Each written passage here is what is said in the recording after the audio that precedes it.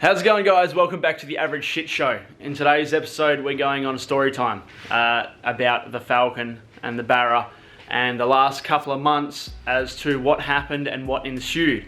So yeah, let's dive into the story. Let's dive into what happened, how I've remedied it, and what's going on now. Right, so to start off, the last time you saw this Falcon, if you haven't watched the live streams or TikToks or whatever, was pretty much when I did the first drive. And I had some issues with stalling, I had some issues with low oil pressure. I was speaking to a hell of a lot of people regarding this issue. Even spoke to Rob at Monster Talk. He looked at the car and confirmed some things. And yeah. And it turns out my oil pressure had dropped right off. So I had a suspicion that the oil pump was at fault. So I went ahead and pulled the engine, stripped the car back down, and I'd ordered a horsepower junkie oil pump. They're rated for 1,000 plus horsepower. They're an oversized high volume pump. Therefore, that should fix any oil pressure issues I had. Even if there was a slight defect somewhere in the engine that I was losing oil pressure, that would rectify it. Turns out, I put stripped all the sump off, found the oil leak that was driving me nuts, and I think it might even still be back, but whatever, we'll get to that later. I've installed the horsepower junkie oil pump and got it all fitted up, and I thought, you know what, I'm going to take the rocker cover off. I'm pretty sure it was off anyways. I'm going to take the cam caps off and I'm going to check all the clearances through the cam caps. Now, this is where I ran into some issues. The lack of oil pressure had reached the head and it had destroyed my brand new cams. It had destroyed the freshly reconditioned head, and it just made a mess of everything. That had then sent metal all through the motor. So start rebuild number 2. I then decided to flip the engine back over, pull the oil pump off, and pull the main bearings and check the main bearing condition, and I wasn't overly happy with them. They're in a box over here. So as you can see, the main bearings aren't very happy. They're burnt, they're scored. Yeah, they weren't really loving life. So I decided, I was running them at 3 thou mains clearance, which I wasn't 100% happy with because the Ford manual specifies no more than 2 thou. So I thought, screw it, I'll put a set of main bearings in it. So yeah, ordered some oversized main bearings, and decided to do the mains as well. So I've put a whole lot more work and effort into this engine and pretty much rebuilt it again. I didn't touch the rods because I knew if I pulled the rod bearings out, I'd want to replace them, and I didn't want to do that. Yeah, because then you may as well go down the rabbit hole again of, yeah, put new rods, new pistons, start all over again. I did pick up another engine as well. You can see down there. I picked up a green top BARRA as a spare, as a backup, but I didn't really want to use it unless I really had to. So yeah, that was there. I wanted to use the head off it, but the head on that gas engine was absolutely rooted. So I had to buy another head and then get that reconned as well and get all my turbo Valvetrain swapped into it. Get another set of cams, which Dominator Performance sent me another set of cams, which I super appreciate. And yeah, now I've got the engine back together. Again, I'm running 2 thou clearance now through all the mains. The rods are still whatever the rods are. And got the horsepower junkie oil pump in, which I had to do a bit of relief work as far as you've got to shave down one of the timing tensioner guides. Yeah, the timing tensioner guide. You've got to shave a bit off it, and they give you instructions of how to do it, but I had to do all that. And then, once I'd done all that, put it all back together, slapped the engine back together, finally got it back in the car. It took me ages. I was either waiting for parts or I was just not doing much because it was like 40 degrees each day. So yeah, it took a while, but I finally got it in, and Christmas and New Year's and all the other stuff. So yeah, we finally got it in the car, and I'll play the first startup clip now and see how it sounds on the PC.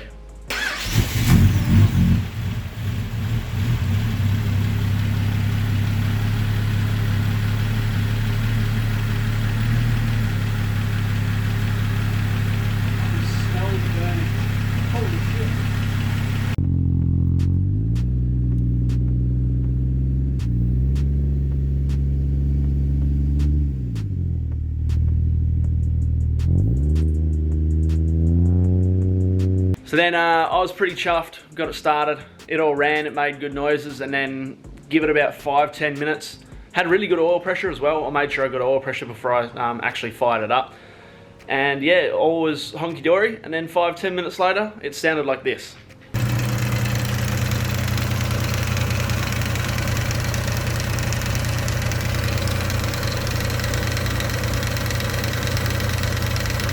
So what I didn't realize is that when I actually assembled the engine, the rockers that push the valves down on the exhaust side, I don't know what's happened, whether the valves have been cut too short or what, I'm not sure. I'm gonna call Woody and find out on Monday what he has to say as far as if it's, I don't know what he's done or what I've done or anything like that. So I'm gonna chat to him and see what happens. But pretty much the rockers were touching the retainers. They were sitting on the retainers and not the valve itself, so they were pushing the retainer down to push the valve down. It was running okay, and it was only not clearing by about 0.3 of a mil, but that's what that rattle was. So for now, I've shaved the rockers down only because I've got like 2 other sets of rockers that are in good nick, so I can afford to lose some if I need to. But I've shaved them down, and what I'm going to do is, yeah, like I said, chat to Woody, see what he has to say, whether it's good, bad, or otherwise, and whatever I need to work out about it, because apparently the valve preload might be wrong now. So then I ground the rockers down, chucked it all back together, fired it up, and it sounded absolutely mint.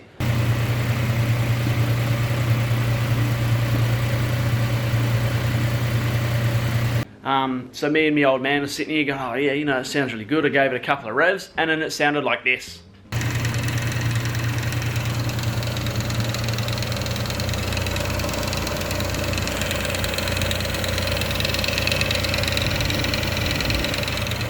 So at this point, I'm absolutely losing my shit, kind of like how I'm now losing my voice. And yeah, I was shitting myself. I was so pissed off because I had no idea like what was going on. Just all I knew is that this car fought me every step of the way. So I had a poke around with my big long lever bar. I'm sitting there listening to it, and turns out I narrowed it down to the timing cover, and I was like, oh shit, here we go, timing chain's gone. No, turns out it was a belt tensioner. So I'd already swapped it over twice because I had belt walk the first time. Pretty sure that was due to poor fitment of the tensioner pulley, and then I had so I swapped it back over again to the original one, and that was noisy as shit. So put my spare on it, ordered a brand new one, so I've got a genuine Ford one coming. It's in the mail, but for now I've got the other one on there which is doing the job, and it's nice and quiet. But now it starts and it runs and it does what it's supposed to do. So I'd like to say I was out of the trouble-free period, but that would be lying. So yeah, as per the theme of the build, everything decides to fight me. So what have we done? Started up, and I was checking all my gears, and I'd lost Tiptronic. So I went on a 2-day hunt through all my wiring. I stripped all the plugs off, made sure all the pins were there, make sure everything's got continuity and I hadn't broken or stretched a wire. Turns out that the bloody vehicle needs to move before I can get Tiptronic. So I ran it, like, I checked all this stuff and I still didn't have Tiptronic. Checked the shifter, everything seemed fine. The only thing that had changed since the rebuild was I'd taken the wiring off and put it all back on. So no idea why it decided not to work anymore, but it did. Probably also because the battery's been disconnected 1,000 times. Anyways, I ran it up on the hoist. Should have probably tried this first. But I ran the car up on the hoist, and once I ran it up on the hoist, I had full Tiptronic again. So yeah, touch wood, hopefully, fingers crossed, if I can cross my fingers, that's the last of the issues for now, and this thing's pretty much ready for engineering. All I've got to do now is put the bonnet back on, and then stick it all back together. I've chucked the front end on last night with my mate Chris, and yeah, she's good to go. It's making all the right sounds now. It's got very good oil pressure. One thing that did happen though is my windscreen did get smashed. So you can see there's a chip there. It cracks up here, cracks down there. So I've put my insurance claim in for that. So that should be getting replaced soon. But yeah, for now, it's doing what it's supposed to. It sounds pretty good. So yeah, that's what's happened in the last couple of months, and yeah, it has been months. It feels like it's been about a year since I've just pulled this engine out again, but yeah, that's just shit that happens. But I kind of want to just point out as well, if you have a project that you're undertaking, make sure it's within your grasp. I definitely took on a lot more than I should have as my first decent project. I've had plenty of little ones, but this is my first decent project and it was a lot.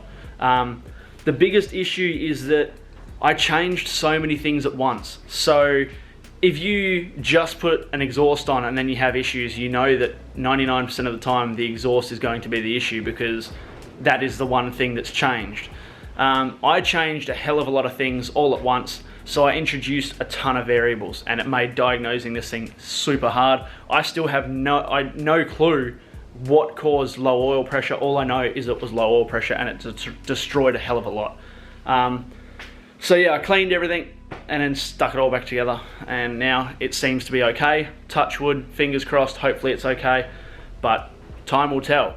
I'm gonna get this thing back out on the road and give it a good test, see what happens, hopefully nothing bad, so we can move on.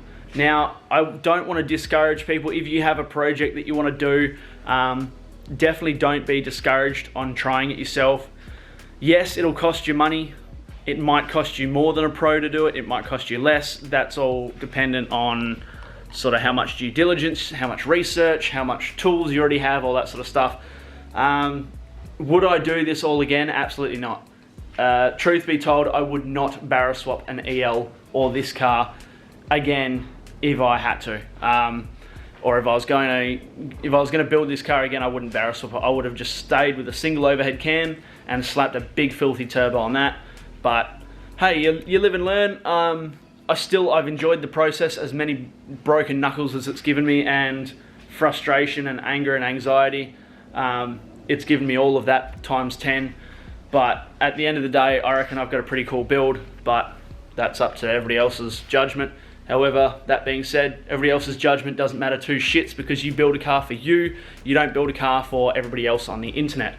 Yeah, anyways, I just thought I'd put this update video out. Have no idea how it's going to turn out. Like I said, it's been an absolute shit show for the last couple of months. I've probably got about 6 to 8 hours of footage of working on this thing, and I'm not happy with much of it at all. So pretty much that's all going to be B-roll now, and we'll see how we go. Anyways, thank you very much for watching, guys. Yeah, if you don't like the video, dislike it. I don't care. If you like the video, give it a thumbs up. If you don't like it, dislike it.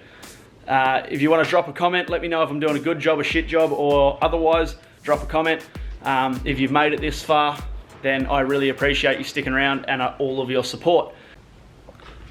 Wouldn't it be funny if I just recorded 12 minutes of me talking and then realised that I wasn't actually filming? That would be hilarious, wouldn't it?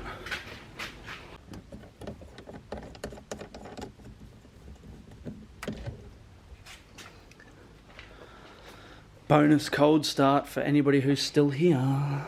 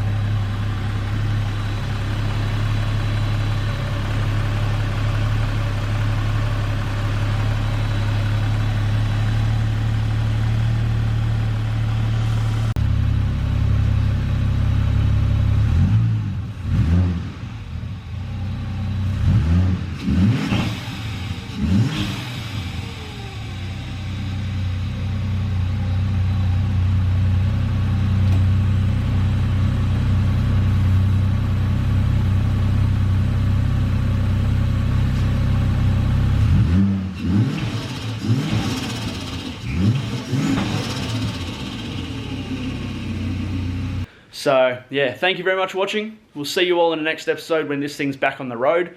And yeah, catch you around like a ringworm. See you guys.